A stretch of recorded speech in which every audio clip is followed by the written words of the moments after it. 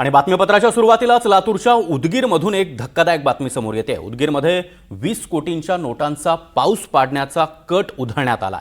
पैशांचा पाऊस पाडण्याचा आमिष दाखवून लक्ष्मीपूजेच्या नावाखाली कथित अघोरी विधी करण्याचा प्रयत्न पोलिसांनी हाणून पाडलाय।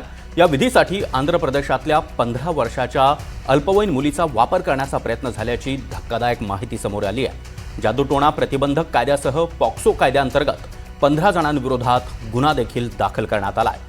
लातूरच्या उदगीरमध्ये अतिशय धक्कादायक असा हा प्रकार समोर आलाय। विष्णू बुर्गे अधिक माहिती देतील। विष्णू, अतिशय धक्कादायक अशी ही घटना आहे।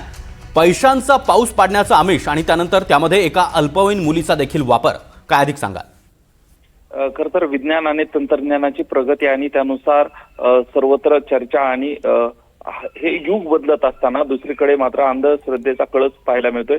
आता पैशाचा पाऊस पडत नाही हे सर्वांना माहिती आहे। असं असताना देखील उदगीरमध्ये ही घटना घडली आहे। पैशाचा पाऊस पाडो अशासाठी एक नाही तर अनेक जिल्ह्यातील तरुण एकत्र आल्याचं पाहायला मिळालं आणि काही परराज्यातील देखील यामध्ये तरुण आहेत। एका तरुणीला परराज्यातील या ठिकाणी वापरण्यात येणार होतं आणि अशा पद्धतीचा सगळा प्रकार जो आहे तो पोलिसांना कळाला आणि पोलिसांना ज्यावेळेस ही सगळी माहिती मिळाली त्यानंतर या सर्व आरोपींना आता ताब्यात घेतल्याचं पाहायला मिळतंय।